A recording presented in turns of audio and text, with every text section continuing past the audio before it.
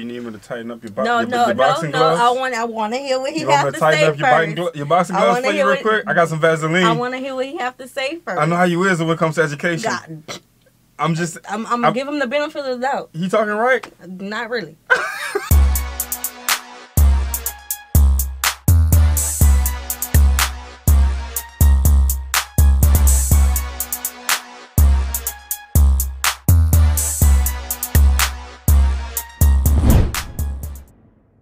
What's good, y'all? It's the Demouchet REACT, and we're back with another video. Who we got today, C? Today we're back with another American reaction. Super excited about this video, guys. If you're new to us and we're new to you, make sure you scroll down, hit that subscribe button, and turn on the post notification bell because we're on the road to 100K. And we cannot get there without you guys, all right? Join the family. Without further ado, let's get into the video.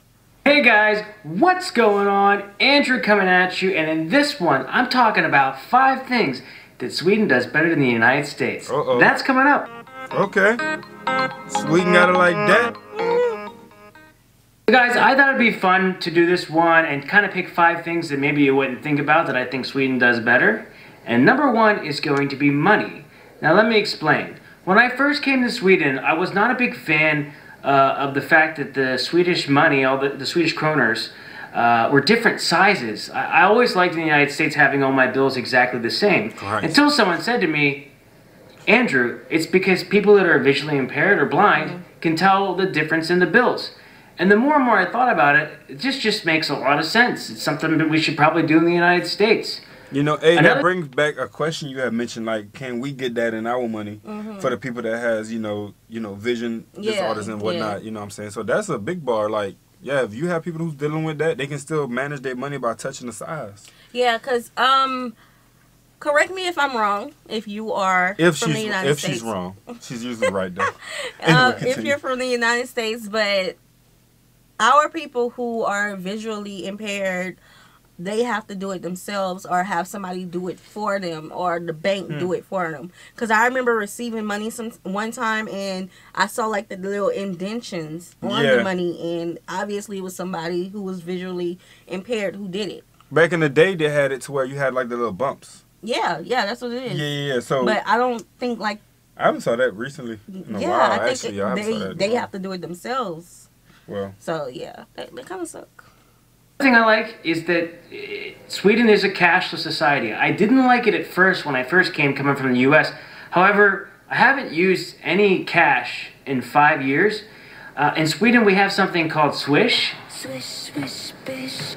And what we also have is bank ID. Now what's awesome about Swish is a phone app basically that if you have someone else's phone... It was a little catchy, huh? He caught me off guard, bro. Like, who was that? Like, but we do stuff like that in our That's how we be? Y'all didn't tell me we look like this.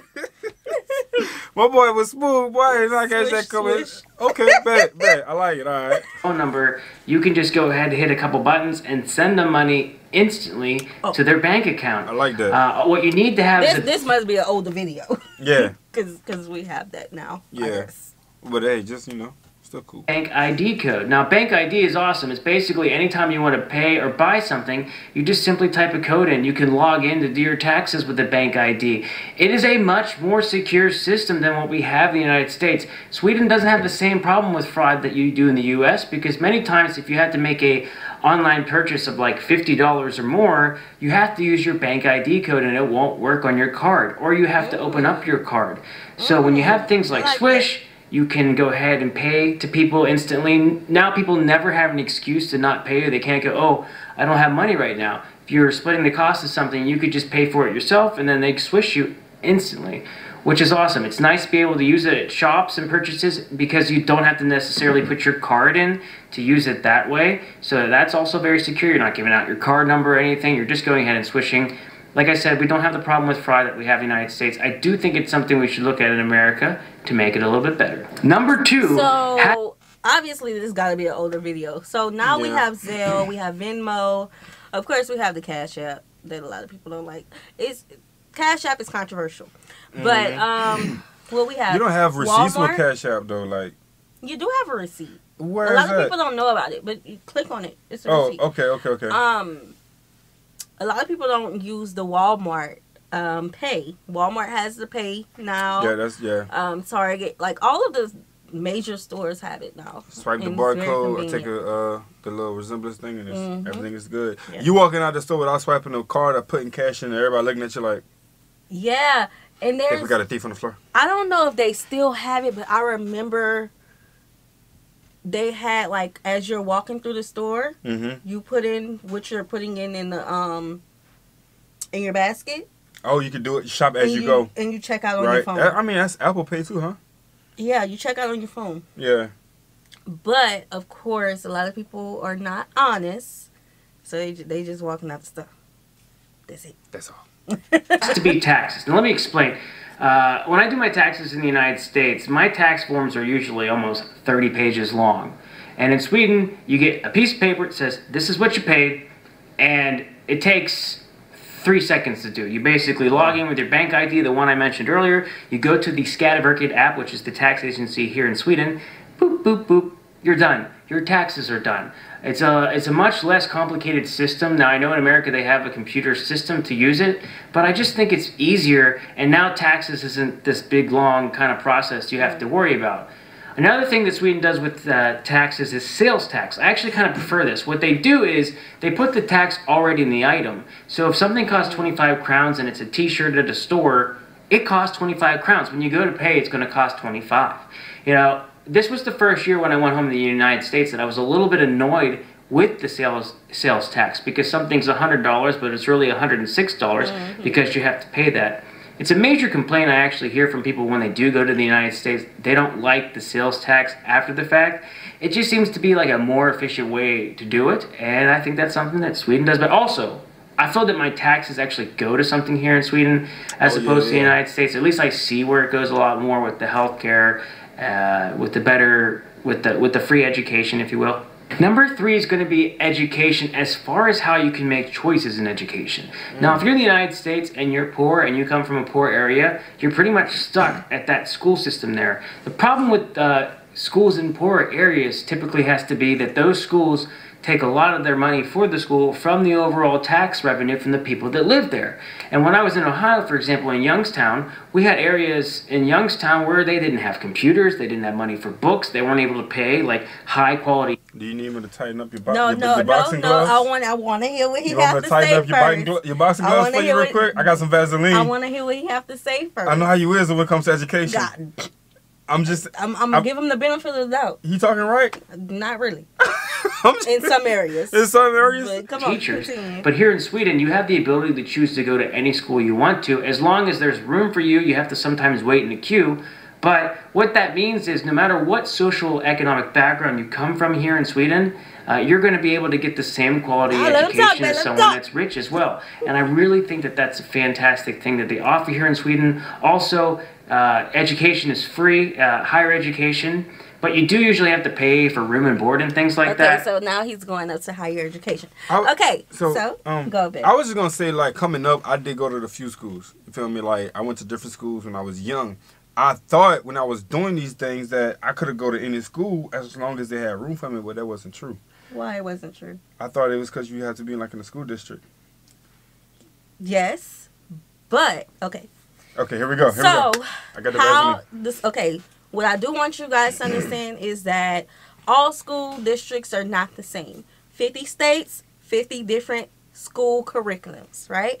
And in those 50 school curriculums, each city, there's like, okay, so in a smaller district, like the district that I graduated in high school, we had 2 high schools, 1 private high school. So it was a smaller district, right? Right.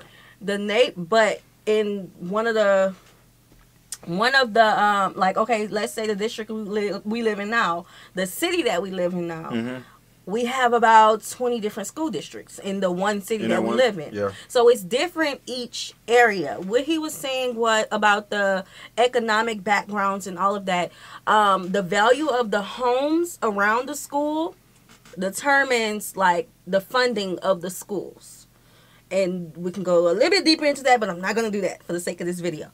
Because she's a fishy and she going to swim, bro. Yes, she want to take you all the way to the deep end. In the district, of course, they want the students that's a part of that neighborhood to go to these specific schools, but you do have a choice of where you want to send your child to school. We didn't always live in a, you know, a nicer neighborhood when it came to, no, I lie. We've always lived in a nicer neighborhood once our children was in school. But, like, when we lived in Lake Charles in Louisiana, we traveled 15 minutes outside of our district for our child to, we did.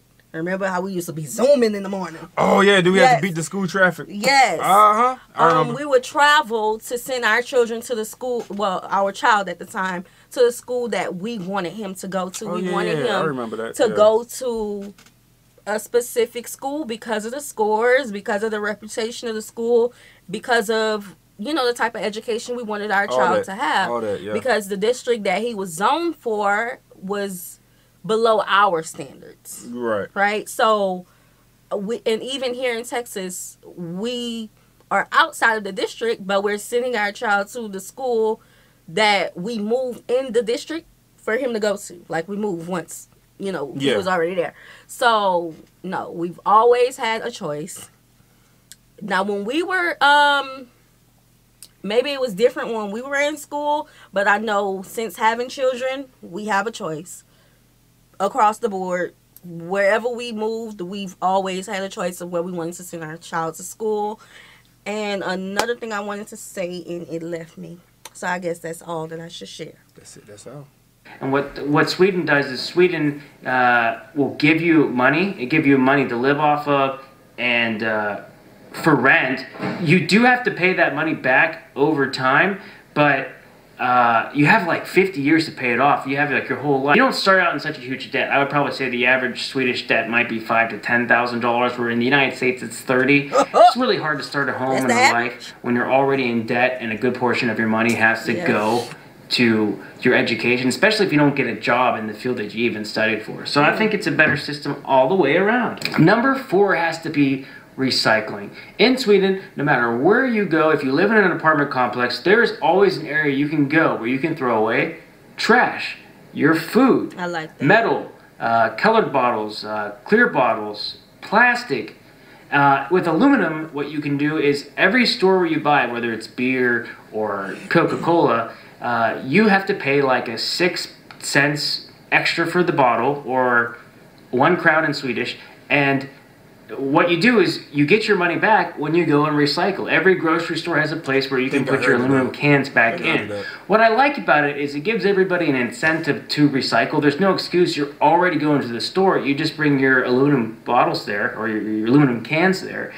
Also, what I like about it is if people leave their bottles or trash outside for whatever reason, they forget, people are going to pick it up and take it to the machine for money. Oh, wow. Do you remember back in the day, like your childhood years, whenever you would see people walk down the street with big aluminum cans and bags? That was me. Like, yeah, because we could have recycled it and we could have and get paid for it. So, but then for them in Sweden, they actually get paid for each drop. Yeah. Like regardless of the time frame. Like, but for us, I don't know. I'm pretty sure they still do it, but I don't see that no more. Like, we had a different hustle back in the 90s. Yeah, like that was, you know, a way to make quick change for us. So that was basically a job. So that was the motive for us to do it. But now, in the recent years, like as us being adults, I haven't seen it as much. I haven't seen that in a minute. Like, I haven't seen it as much. And that's another thing. If you are homeless in Sweden, like we don't have really homeless, but if you are people that don't have a lot of money, if you find this, you can go and find these bottles and you can get cash that way. So it gives people an incentive to go around and look for it for extra cash, and it gives people an incentive to recycle.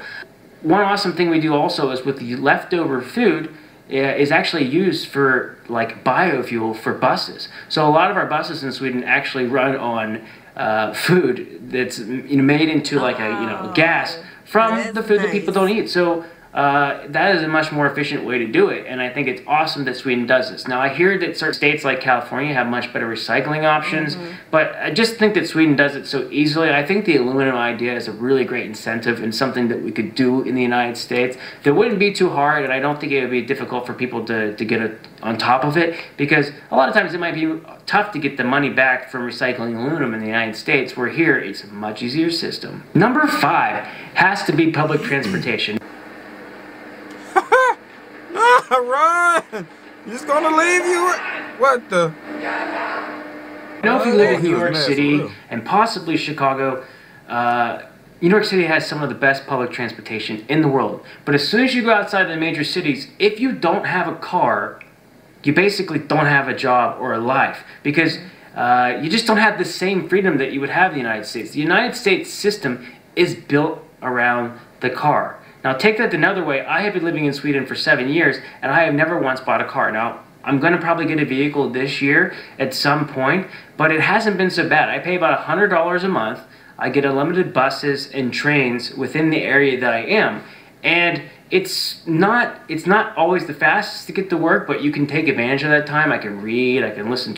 Yo, and again, he's about to drop a whole bunch of gems about being able to still make it to work in the way he possibly can without having the luxury to do it like everyone else does. And for people that always want to laugh at other people who don't have those funds to get what they got to get, you got to stop and think, because some of the people that y'all are, well, let's just say y'all using their apps as we speak, they didn't become millionaires until they was in their late 40s or 30s or 50s. You know what I'm saying? So you just got to look at people and give them their grace, because not everyone's story is going to, you know, mimic yours, like how you did it. Yeah. You know what I'm saying, on the path that you took. But y'all already know what I'm going to say. What? I like my car. No, you always say that. Like that's not new. That's nothing new. Look. You say that on every video. What y'all want. I like my car.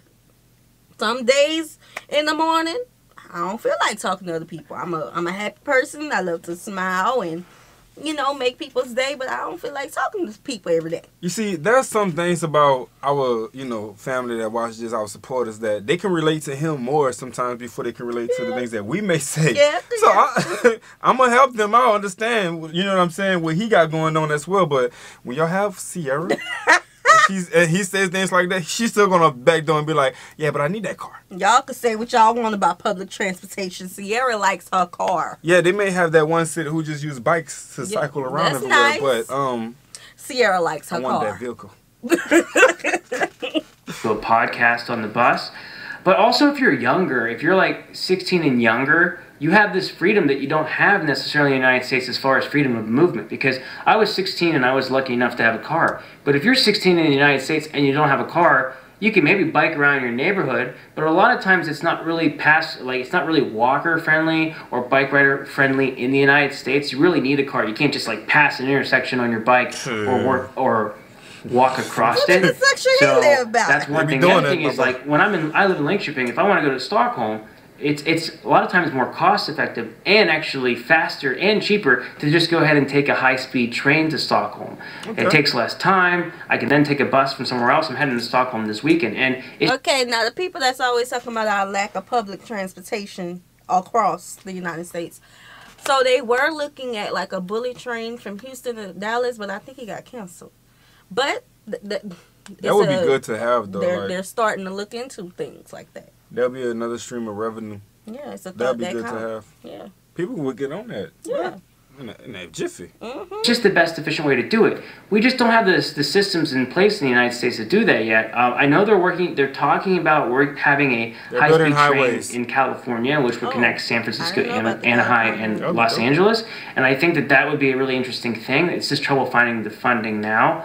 And I think in the United States, we would really benefit from adding some public transportation, especially things for biking and things like that. I just think that people need more options. And on top of that, it is overall better for the environment. Now, I know that the United States kind of economy runs off of selling the car, but if you look at the statistical data, most millennials nowadays are owning cars less and less and actually don't feel that need to have to own a car. So I think you're going to see people renting cars in the future and moving. Hold on. You're talking to some millennials right now, because are we like decreasing on car values and trying to do something else with our life? The millennials that we know, baby, we can buy. I didn't know that. The millennials we know got 3, 4, 5 cars. For real though, like they got it like for real though. The average millennials that we know have at least 2 cars. Yeah. I don't know which one you talking about. And then he said in the future he may we may be the renters. The people that just rent vehicles all the time. I don't see no. And let's not even get on Gen Z, because Gen Z, baby, they getting out of college and they doing better than the millennials. I'm just saying, that's another topic. Yeah. Shout out to them. Shout out to Gen Z, though. More towards public transportation. I think it's better for the environment. Like, I'm in much better shape because I walk to a lot of places or bike. So, awesome way that they go about it. I think Sweden does a fantastic job with this. Now, if you guys want to support me in any way, shape, or form, not asking for money, but I work as the community manager of Lurkit. Hey guys, so yes, go check out his channel. That was a good conversation. Leave him a like, man. Drop him a comment. You feel me? Do all that good stuff. You know how we do. We support. Yeah, Sweden, cool. We like Sweden. We do. He made some good points. It's just maybe this video is a little bit older. I'm not sure if you have kids or not, about the education, because y'all know anything about education, Sierra gonna know it. Yeah, facts. Yes. Facts. I mean, he did make great points. He did. But I do feel that we do have the money sensory thing. Yeah, we do. We do have that. We do. That's why I said this may be an older video.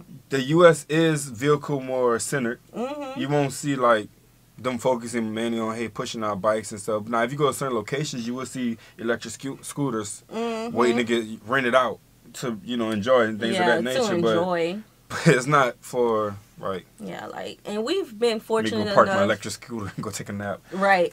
We've been fortunate enough to live in small towns and big cities. So we kind of have like a diverse, perspective when it comes to a lot of topics, especially like the public transport. In smaller cities, you won't really see buses. Only buses like to go to another city, not like to go to your job. But it's a small city, so the city is walkable. Buses was hot back in the day. Get them coins, slide that in the machine, and you good. Like, back in the day, it was hot, though. Yeah. No, I was going to say, in Lafayette, you'll see more buses than you'll see, like, in the smaller towns. Got a lot of colleges. Around. Yeah. Any town that has a college has a fair public transport system. Facts. It's just the smaller towns. Like, it's a small town, so, like, you can walk from uptown to downtown in about 30 minutes. Now, if I see a gas station down the street and I feel like taking a nice walk, I'll take that walk. Right, definitely. Yeah. So, yeah. But this was a fair conversation. It was nice. We hope you guys enjoyed this video. Like this video, subscribe, turn on the post notification bell. We have enabled our super thanks if you like to support the channel that way. Check it out. As well as our join features to become a VIP member of the channel. Sending your reaction requests through our description box below. We'll see you soon. Peace.